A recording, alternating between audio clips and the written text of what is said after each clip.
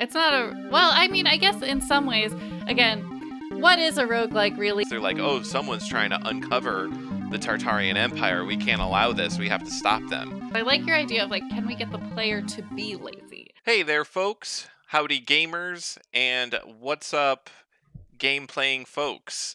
I'm Isaac, and I didn't come up with one either. Oh my gosh. And I'm Claire, and I think that the Zelda series is all called Link's Awakening.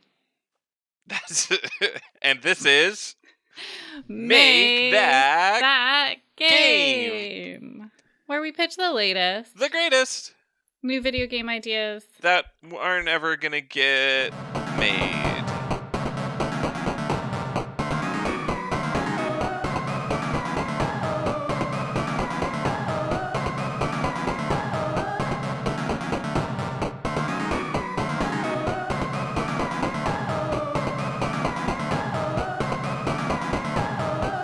But yeah, every single time she says, I was playing Link's Awakening, and she means Breath of the Wild. And just before this, we were talking about, oh, Claire didn't come up with something. And the entire time that we were talking about that, I forgot that I didn't come up with anything either. So Yep, that's fun. great. That's great. That's what we do here. We're professional casters of the pod. That's true. So, a little administrative information before we ride into the making of the games. Scallop right in there. We are going to do a little change to our format. If you're watching this on YouTube right now, we're going to stop uploading full episodes to YouTube for a little while and just upload clips from our episodes.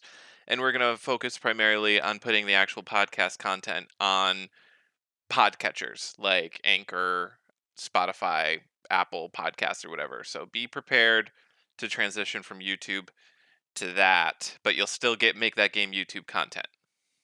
Yeah. So, and if you hate that idea and you're like, no, you have to stay on YouTube or I'll leave forever, feel free to message us on YouTube.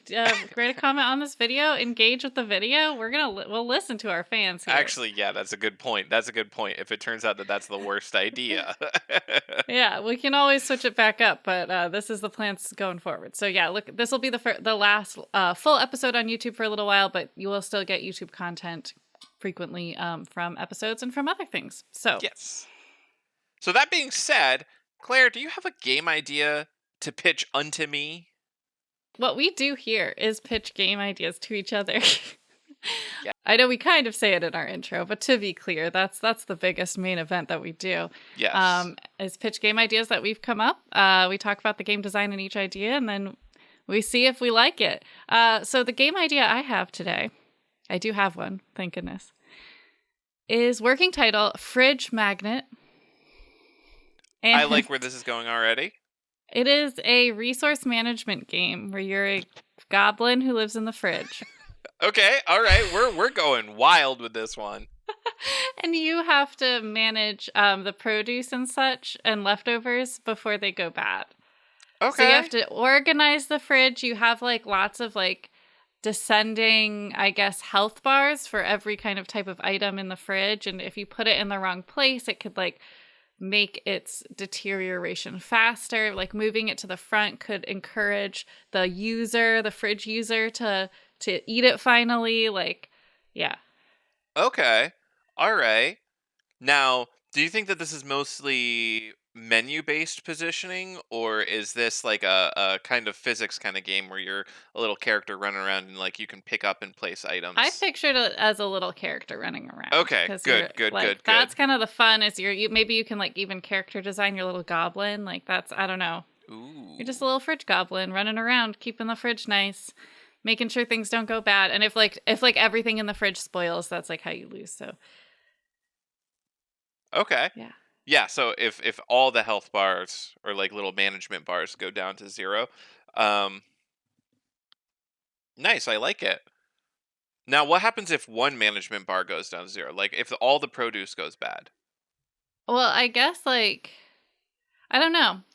I guess I didn't think this through super thoroughly, but I was thinking either you have a way to like clean it up, so that could be one of your tasks is like cleaning up the like garbage fruit, because if like tomatoes spoil but they're in the same cabinet as the celery, then the celery could spoil faster. That's Yeah. how the real world works. So like you have to clean up the tomatoes really fast, and if you don't, then the celery is going to go. So it's like I think you do have a cleanup option, but the idea is that will take time away from like your other management. But if you don't do it, then you're just gonna lose faster, kind of. Right. Spiral out of control. Yeah. Can you leave a note to ask the humans to bring specific things? Like if all the produce is gone, can you say, we need more produce? I guess that's not something I was thinking of as far as like it's almost like grocery list management, but you could, because also you could suggest things that like wouldn't go bad as fast. Like if the milk's always going bad, like maybe buy almond milk because it has a longer Oh, shelf life. Or be like, hey, you don't actually drink milk ever, so stop buying it. or if you like you didn't like all of your kale went bad 2 weeks in a row, so you shouldn't buy kale anymore. Yeah. Yeah, that could be part of it too. There we go. But I don't know. Part of me is like, it's almost like I don't know if the humans know that the fridge goblin exists. That's true, but so they don't have to. If it's leaving notes, they could just if it's like a couple, they could just whoever sees the note might think that it's from their partner. Okay. And then just never actually like have a discussion about it. Like, hey, those notes that you keep leaving. What? I thought you were leaving the notes. We Well, just assume that never happens. if you ever get a grocery note that's not in our grocery list app, then you know we have a fridge goblin. Exactly. Another thing that you could manage in this game is you have to be the one that turns on and off the light. Ha! That is kind of funny. So they open the door, you have to turn on the light fast enough. That's funny. Yeah, you have to like Stop quickly what you're get up to the doing. light. And I do see this as a game that like it's not like a long form game. You'd play it multiple times in a row in a sitting. Like you're gonna try to get as many days in the fridge without everything going bad as possible. So it's like a shorter like coffee break, like I'll call it run based game where run is, um an attempt from start to finish. Right. Yeah. Like a so roguelike run, but it doesn't seem like it's a roguelike really. It's not a well, I mean, I guess in some ways, again, what is a roguelike really? But if you It's a roguelite.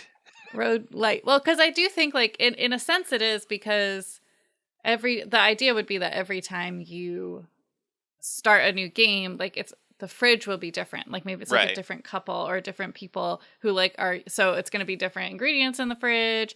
Oh, great. This run I got someone who really likes to buy ground beef.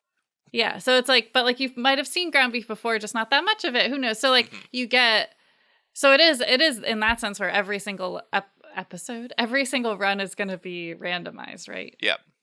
So kind of like that. Wow. I might have written a roguelite game despite absolutely hating that. It's actually easy when you don't know exactly what they are, because then you could accidentally come up with them. Yeah, there you go. So yeah, that's my game. I came up with it because we were talking about something going bad, and then you made a little badoop noise, and I said that sounds like the sound that like the potatoes would make as they go bad. And then I was like, that could be a video game. Wow. Inspiration strikes us from everywhere, folks. Exactly. So that's my game. I feel like it was a pretty short description, but you can imagine it. It's imaginable. Yeah, and it seems like it's got some interesting elements going on with it. I could see this game being made. I could see people playing it on Steam. There you go. So Isaac, do you have a game to pitch to me? Yes. So I'm going to preface this with a little lore. I recently discovered the conspiracy theory called about the Tartarian civilization, which I've never heard of this. It seems like a fairly new one. Okay. Oh boy. So basically, the idea that I've gathered of this, and I don't super care about representing it correctly in any way, because it's one of those outlandish like flat Earth kind of ones, but the idea is that modern buildings are all square and brutalist, and when you look at a city skyline, like you see all the skyscrapers and they're just like the same architecture. They're meant to be cheap, built with steel and whatever.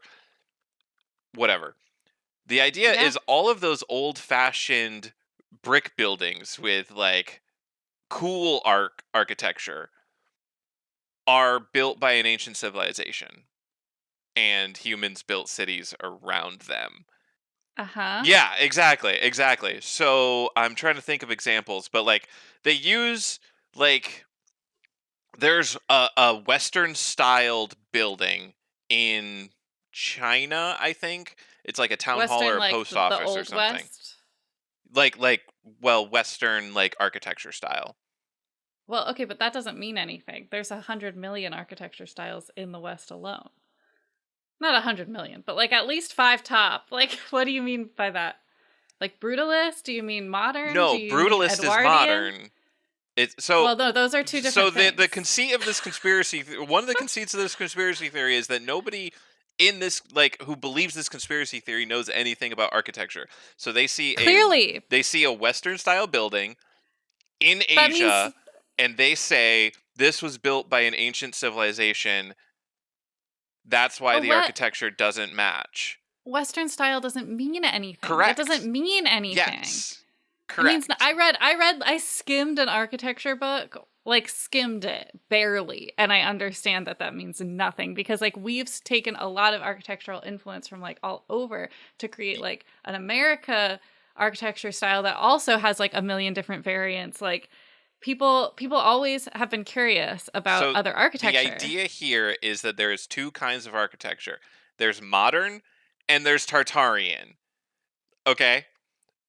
So My brain is like exploding with this knowledge. I can't. like Okay. so you All right, just continue. you Just gotta continue with the just conspiracy. turn off your brain a little and buy into this. There's two types of Oh, buildings. There's okay. modern humans and there's Tartarians, which also were probably giants, okay?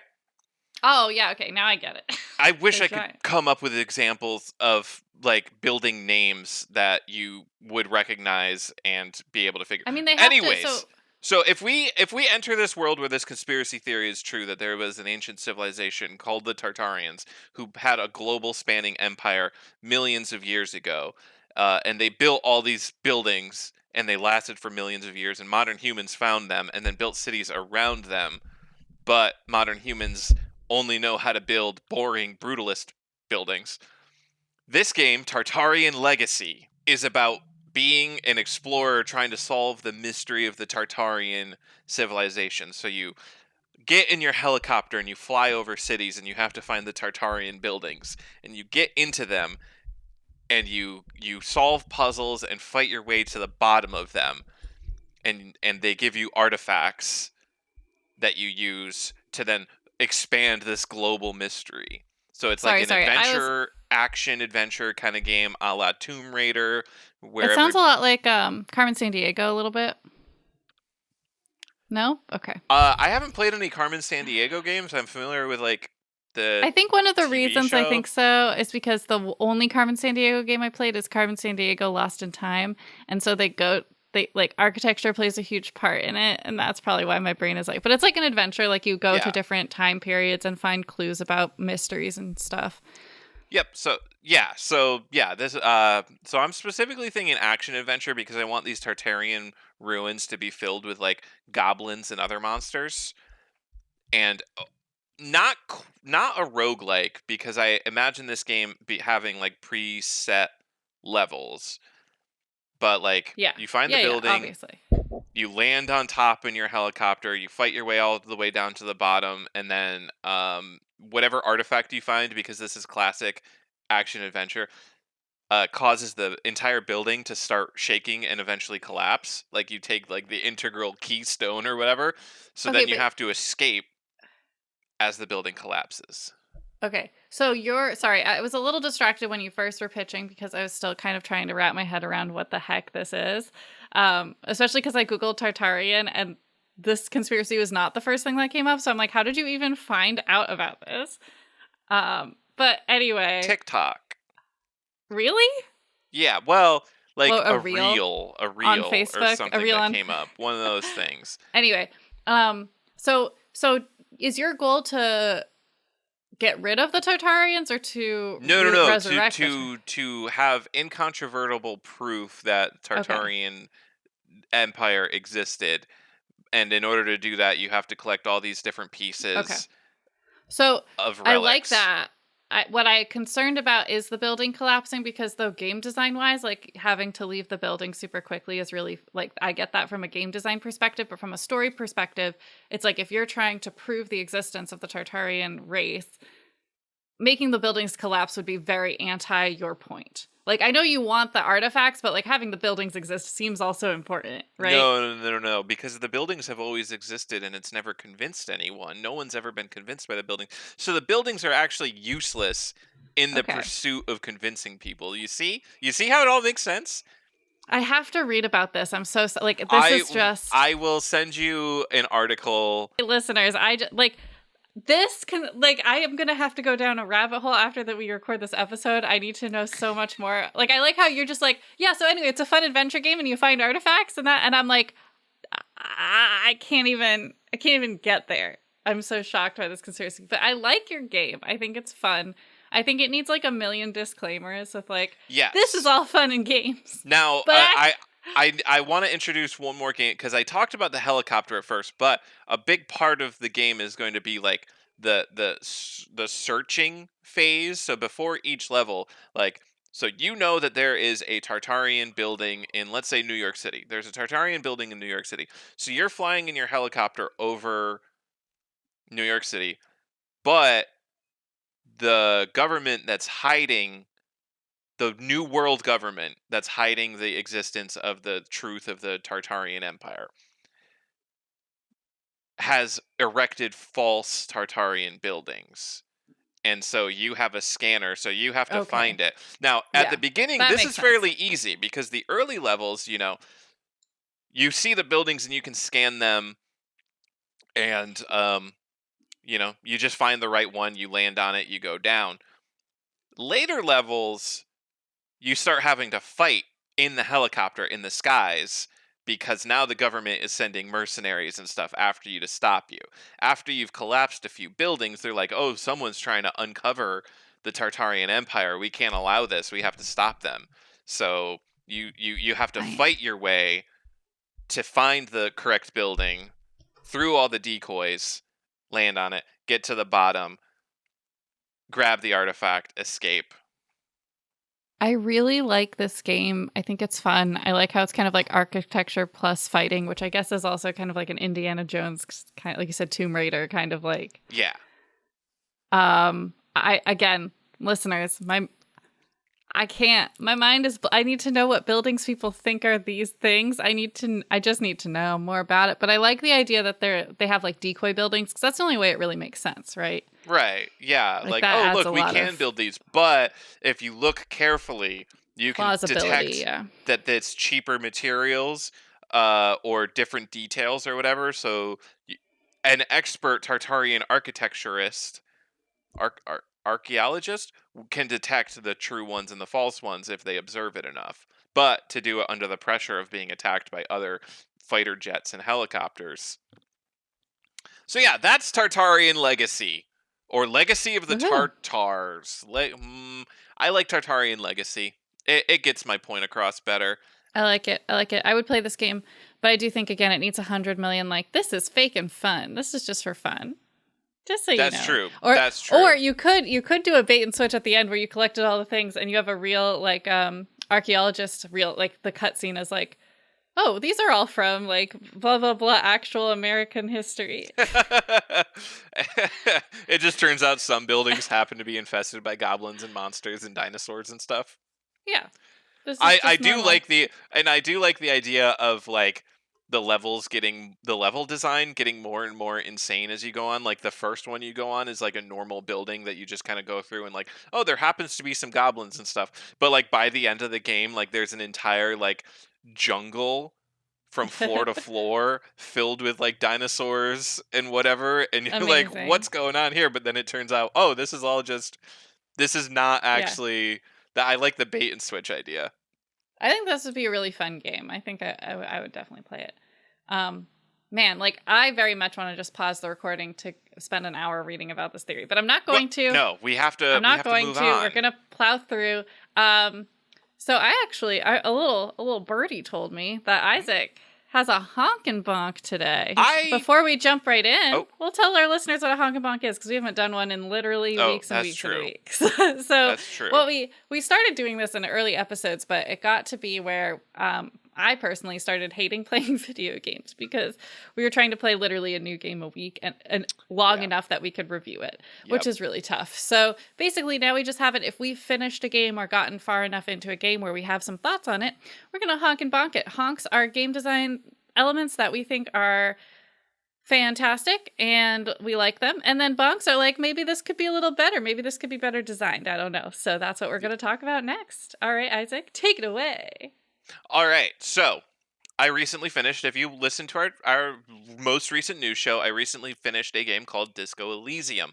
Disco Elysium is kind of a point-and-click adventure RPG sort of game where you play as an investigator checking out the mysterious death of a person in a kind of impoverished, lawless district of a land that your precinct technically has jurisdiction over, and you get partnered with a cop from another precinct who also has jurisdiction. There's like a jurisdiction dispute, so each precinct sent one cop to investigate this case. You play horrible goblin amnesiac cop who is insane and makes really bad choices, and the partner cop is straight-laced, does things by the book, etc., etc. That's the basic conceit of the game. So you get to create your character, you get to pick up a bunch of skills. Now, my first bonk with this game is that it's a honk and a bonk, so it has a wide range of skills. It's a lot like the skill list of like a Dungeons and Dragons character, more so than like the abilities of a Dungeons and Dragons character, or like a normal video game is going to give you like strength, agility, toughness, etc. And that's how you'll allocate your initial like attribute points. But this game splits all of those into like just skills, and you only ever interact with skills. Like you don't really worry about like what your base strength is. You worry about what your physical instrument, or I can't even remember the skill names. So it's interesting that they split it out into so many skills, because it gives a lot of like depth in how you want to build your character, or like what kind of situations the game can put your character in. Like it can have a physical test that doesn't rely on your physical instrument skill. It can rely on your constitution, I think, is one of them, instead of just being like a raw strength check or whatever. So like a character that's good at strength is good at all strength checks. This splits it into 4 or 5 different skills. The bonk here is that the skills all have unique names that don't necessarily directly associate with what the skill represents. So, as an example, if I told you I was about to make a savoir faire, and I butchered the pronunciation check, I don't know if you that know would be what those like, words mean. Yeah, it means like you know what you're doing. You're cool. So, like, if to put it into D&D terms, would you expect that to be like a charisma style check, or dexterity, or See, like it's where would kind you of fall that under? it's kind of both, because it's kind of like it's like you know what you're doing with pizzazz, with like panache. Okay. Interesting. All right. So one of my problems is I see savoir faire, and with no other context, which the game does provide context, but with savoir faire, I assume that it means, coolness as in like conversation or coming across as cool. Mostly it is used, so it's under the motorics category, which is effectively the same as like dexterity, and you use it for like jumping. Okay, I would not Like to guess it for jump a jumping. gap, you use a But savoir faire test. so I would say like, yeah, that doesn't make as much sense to me, but at the same time, like technically, if you're translating the French, it does mean know how to do. Yeah. So it's just like it's not, it could be used for anything, but I see what you're saying where it's like it's not what's the word? Instinctual to guess like what that is. There's another skill called Inland Empire. That's a skill. Yes. Building? Is building a thing? I don't know. No, Inland Empire is your ability to talk to inanimate objects. That Half-light. ability itself surprises me. Yes, there is another skill called half-light. That would be to see in the dark. No, it's No. actually your ability to like find ghosts. Okay, so there's two skills. There's shivers and half-light, and they both are to do with ghosts. No, maybe half-light is physical intimidation. Anyways, so this is the problem is that you Yeah. have 16 plus, I forget exactly how many skills. You have a ton of skills. Not all of them have obvious names, like composure. Okay, I understand what that means. Physical instrument, I can guess that that's like strength. Volition is like your ability to control yourself and stuff. Some of them make sense, and then some of them, like Inland Empire, Half-Light, Shivers, they don't really have like an immediate connotation to the average mind. So you have to read what they are, and not all of the descriptions are super duper descriptive, in my opinion. And I am also dumb. A lot of people don't seem to have had this problem, but this is one of the issues that I had with the game is what's going on. What's going on with all these skills? It's cool that they have so many skills. I feel like they could have gone with some more generic names. I recently retweeted on the Twitter account a thread that kind of talks about the same sort of issue. A game designer talked about how there's combat in every like video game because combat's easy to understand. You can basically guess that an attack is going to cause damage, defense is going to defend against an attack. Like all of these things kind of make sense are inherently, like you, especially if you have a video game context, you like get what's going on. But as soon as you abstract the combat in your game to be dancing, now you have to explain a bunch of things. Like you have to help the player hit that abstraction of like, why is this dance going to like lower my enemy's attack? What about this dance that my character is doing is going to make their next dance less effective at making me feel bad about my dancing, or whatever HP hit points represents in your game? So I feel like Disco Elysium tried to do something interesting, and it ran into the flaw of, oh great, now we have to explain everything. And it can be really weird in the moment because like when you come across a check in the game, it'll just say like this is a savoir-faire test. And then you have to remember, okay, what's savoir-faire? Am I good at that? Is my character is that a charisma test? It'll tell you like what your chances of succeeding are, but usually you can back out of the conversation and like put clothes on and stuff to make your skill See, better. But this is fun because it's like now you know how I feel when every time I play any video game. Because yeah, you're well, just yeah, describing how video games feel. yes. Yes, you don't have the context.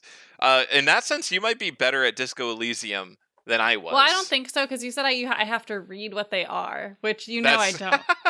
yeah. I Who don't. reads? Who I don't play reads? video games to read. Okay, no. So yeah, that's one of my major gripes with Disco Elysium.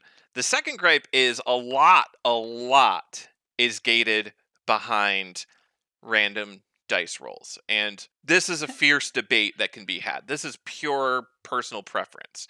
Um, Pretty much everything is a 2d6 roll plus modifiers. So it rolls two six-sided dice, adds your modifiers, which could be positive or negative, and tests the result of that against the target number that you're looking for. So like jumping across a gap could be a 6 savoir faire check. And if you have 2 in your savoir faire skill, you roll 2 dice. If the total is 6 or higher, you succeed at jumping across. Now, just Some for context, are you talking about the game itself rolling dice as in like random numbers, or are they physical yes. dice? Okay. It generates random numbers and then it tells Sometimes you there's the physical results. dice. You gotta be clear. You gotta be clear. That's true. So I came across this problem, and this is a very unique to me problem.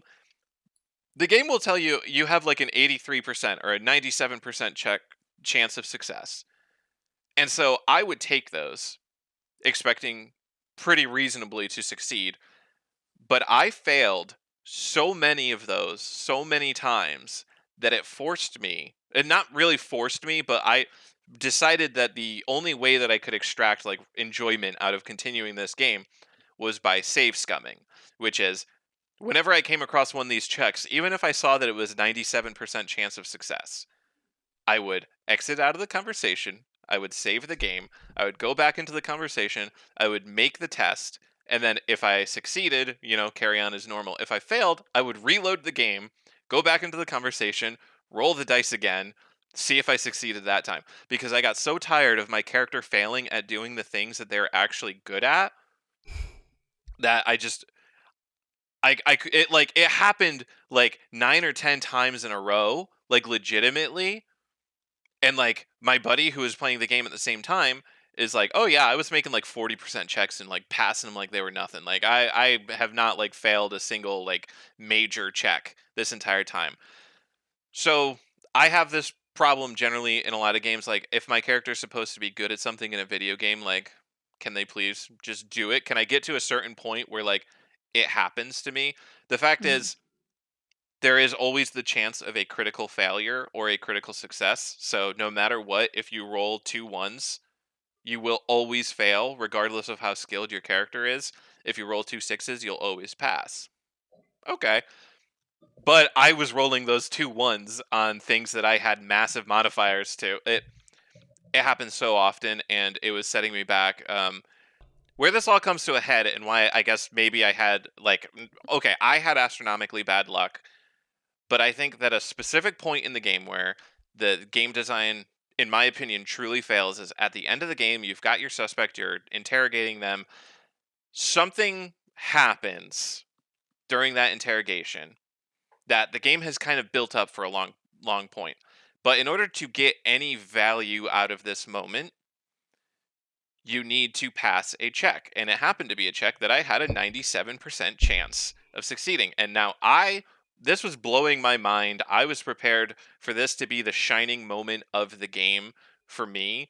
I was expecting this, it had built it up for a really long time. And I was like, oh my God, this is the big moment. I click the button to do the 97% check. I fail it, and then the scene ends prematurely. I get no value out of it. It just like something happens and then it's gone. The game that should have been something where the game, I mean, if you had a 97% chance of succeeding, the game kind of wants you to succeed, but it like still, because it's still random, you can fail. It Yeah. feels like the game should make that not possible. Like Well, that failing isn't actually possible. but then like it destroys the conceit of its primary game mechanic and like the purpose of critical fails and critical successes. I think critical successes and critical fails in video games aren't a super interesting game design choice, but a lot of people would disagree with that. I think in this one, like in this moment, especially where it has been built up for so long, I'm excited about it. I fail the check. I reload. All the wind is blown out of my sails. I get the moment, and like the moment is cool, but now it's not like the ultimate moment of the game. Because, I obviously passed on actually, I think it took me 3 attempts to pass this 97% test. And then I finally got to see what it was about. Now, having that scene, I do not know how the rest of the game concludes in a narratively satisfying sense without passing that test. So if you were a character that had a lower chance of success, you randomly failed, or you just I don't know, did not even bother making it. Like I don't see how you could end the game and be like, "Yes, I am satisfied with how that wrapped up," because it provides so much extra information and context to events that you cannot get in any other way. Like to lock that behind this random roll that can have a critical success or failure and, cannot be retried like unless you exit the game and then Hmm. come back in seems really weird to me and seems like a big failure of the game design if that much can Yeah. be locked away. But yeah, that's basically my major thoughts on Disco Elysium at its core. It's like a very basic point and click narrative adventure kind of mystery game. You go around, you collect items, you solve, talk to people, do random checks and stuff. So there's not a whole lot to talk about like the game designs, but those are the major things that stood out to me. So to recap, really large list of skills is very interesting. naming the skills in unconventional ways kind of hurts the understanding and abstraction abilities of the player, and gating important things behind random skill checks with the chances of automatic success or failure in like A can destroy satisfaction of player, can hurt how much they are enjoying, like, oh my, like the sense of my character's good at this or my character's bad at this. If their character is like successively failing at things they're supposed to be good at, destroys the player's like confidence in their own character. The other thing that does is that it encourages save scumming. Like if you can fail something that your character is supposed to be good at and it gates important content behind that, like a lot of these, like the failure, like you can either retry later, you with better skills or better equipment or whatever, or you can do another route. But there are certain things where it's just important enough that you don't want to fail at it. It encourages you to save the game, try it. If you fail, reload the game. And if you play the entire game like that, like, is it? Are you designing your game to be played like that? Anyways, that's Disco Elysium. Wow, it's almost like you designed a game that has no random numbers at all. It's almost like yeah, it's almost important like you prefer context. that. Important context. I am designing and developing a turn-based RPG with no randomness at all, no random numbers in combat, no critical hits, no random movement of enemies on the above world to bring you into combat. Nothing is random in this game at all. And then you put me in a game where it's, oh yeah, 3% chance of failure. Oh, every time? Okay. Yeah. But yeah. Are we All ready right. for a rapid fire round? Now that I've slowed us down a lot and ranted and rambled, are we ready for a rapid fire round? We are ready. So a rapid fire round. We generate 3 random words. We have to make a game out of those 3 words, and we only have 5 minutes to do so. We have to use every single word, and we need to have a name for the game.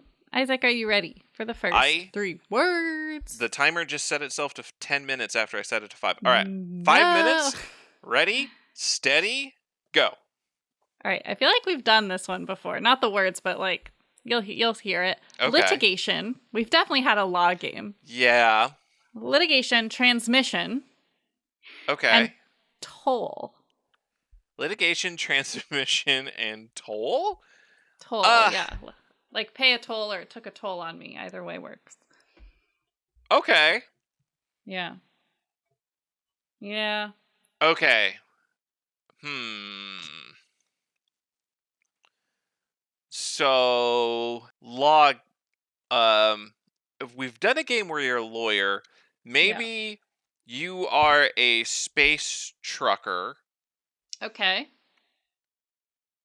Who avoids tolls and has to also avoid litigation. So you're a rampant space trucker. I don't know why I chose space. You could be a normal trucker. I was just gonna say regular, but you know what? If it's a video game, why not space, right? Yeah, why not space? Let's do space. So you dodge the space tolls, you dodge the space cops, and you get to your destination. So it's kind of like a racing game. Like I feel like you're like driving the spaceship, right? And you're yeah. And you probably have like lasers, pew pew. And if you want to blow up the cops. Yeah, obviously. Okay, all right. You can't be litigated against if there's no witnesses. Exactly.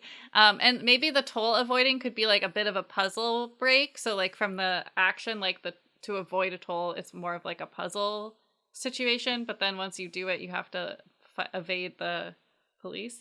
Yeah, I'm wondering exactly how like a space toll could work unless it's like warp. So, okay. I was going to say, it's like warp points, gates. wormhole. Yeah. Yeah, because if you are just flying through open space, like, okay, you just move slightly to the left and go around. There's like, no you toll, can't gate off all of space. Space? Yeah, no.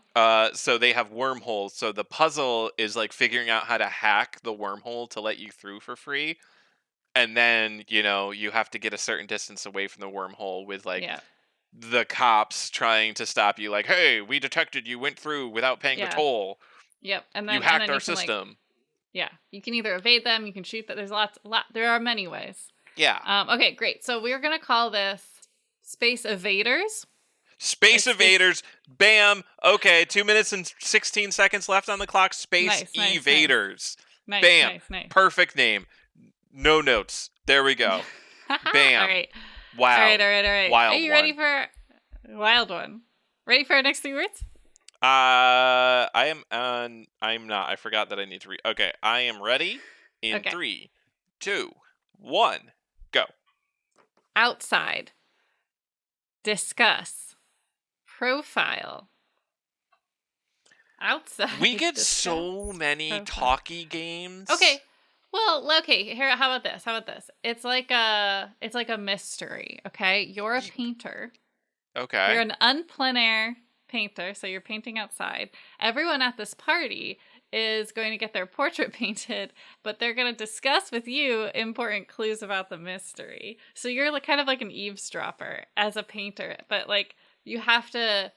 Maybe it's like the game play is the better you paint, the more they tell you. So you have to like be good at it. Okay. Now, I don't know. Did I go off the rails on this? I'm sorry. Now my question then is, how do we make a game that can like actually judge your painting abilities? I guess it would be like how close it is to the likeness of the person you're supposed to paint. So like, is it the right like skin color, hair color? Like, is the hair the right length? I mean, AI is magical. You're right. Days, Yeah, right? I was forgetting about AI. We could link this into AI, use it as a tool for good instead of evil.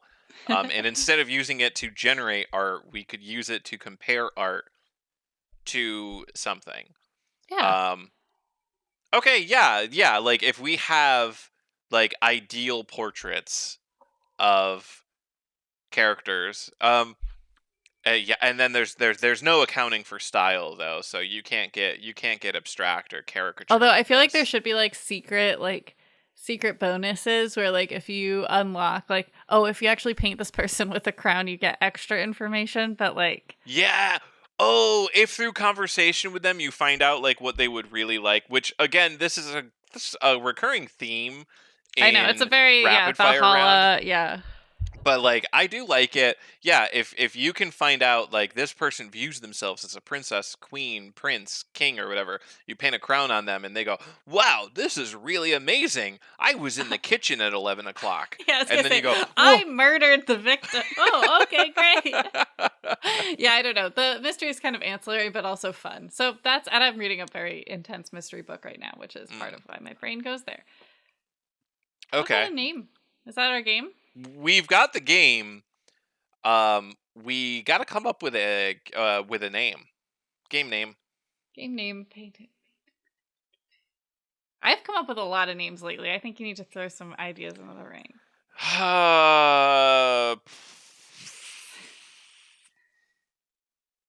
Painted faces. So like like parlor mystery is like a concept, right? Like that's something that people like. That's a thing.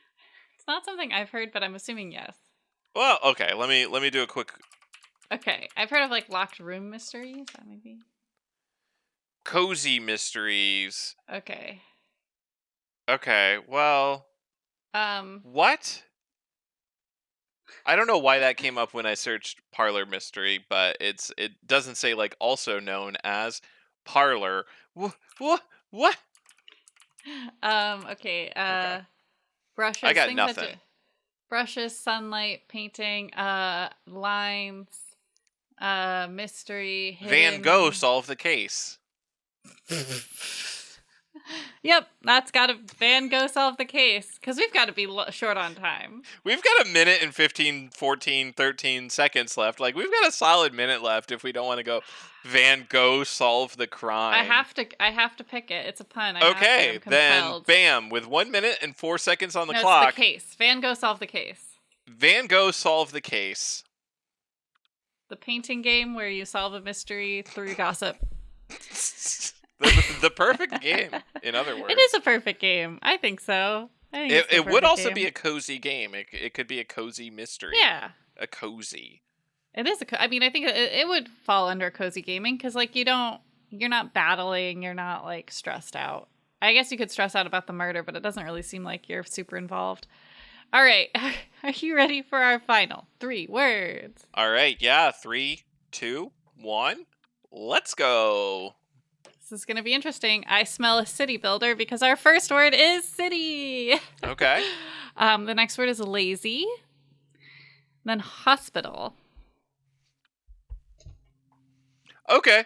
This is a city builder, but the conceit is all of your citizens are incredibly lazy. So every single citizen needs a hospital, a grocery store, like all the basic services within 5 minutes of their house. Wow. That's a lot of resources. That is a lot of resources. And you have to earn those resources. You have to collect those resources. And that's the difficult part. Your citizens are incredibly lazy, incredibly demanding, and thus they don't earn resources either. See, okay, I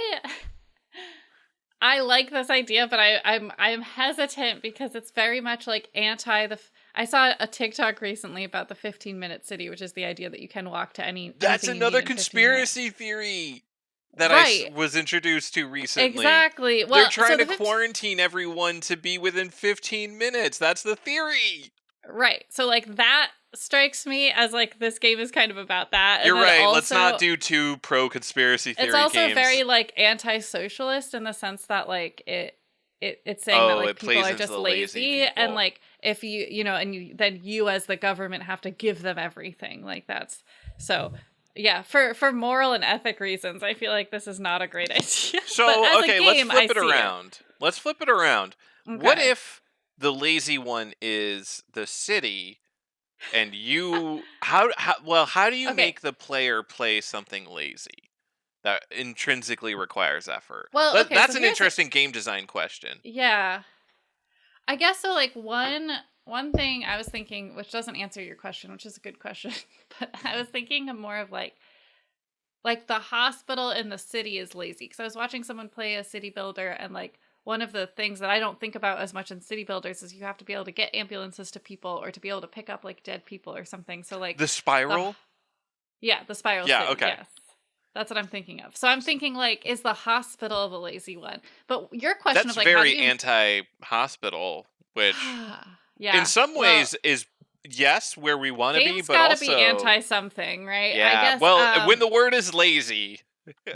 That you're right. No, I feel like the word lazy, especially in like America, has a lot of terrible, like really hard connotations. That's what I'm trying to work. But I like your idea of like, can we get the player to be lazy? Like, right. I guess we have to define lazy gamer. I think of that as like not having to use both hands. Oh, maybe you aren't playing a lazy character or lazy entity, but the intent is that you can play it while being lazy. Yeah, or I like think play so, it like, in a lazy way, so it's very kind slow of like- paced. One kind hand. of like Matchington or your Lord Match Mr. Manor. Royal Match, please. It's I just started Matchington playing for men. Oh. Wow. Because it's got a king Wow. instead of a fashion designer or whatever, interior designer. That's how it works, folks. Wow.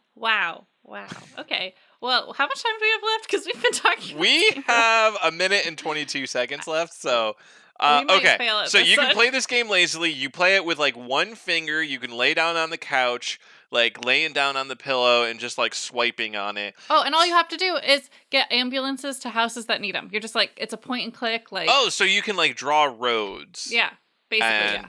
Okay, there we go. Easy, done. Boom. Let's city planning is easy. It's not life or death, but it is. Okay, is that the name of the game? No, it's not life or death, but it is. Well, because it's like it's lazy, but it's also like about ambulances. So. Yeah. Wee you. No. Yeah. Well, how much maybe. time do we have left? Pick a name. 25 seconds ish. What was your name? City Hospital. City planning is easy. Okay, city planning is easy. Done. Okay, with 13 seconds left on the clock. Yep. City planning is easy. That's all we got. The city All right. planning game where you can play with one hand. City planning game where you can be lazy and still have fun. How about that? How about that, Mr. Oh boy. Anyways, that's our show. Hope you enjoyed it. Yeah, thanks for listening. Thanks for tuning in. If you have games that you have honks and bonks for, if you have game ideas you want us to read, our last episode, we read a listener game. We're totally love doing that. You can email us, makethatgamepodcast@gmail.com. You want to find us on social, we're on Twitter, Instagram, Facebook, and TikTok @makethatgamepod. You want to find us on Twitch, we're on twitch.tv/makethatgame, and we are on YouTube, youtube.com/@makethatgame. We love to hear from you. We love to see your comments and suggestions. And if you heard a game today that you think just needs to exist in your heart and soul and the actual world, we encourage you to get out there and make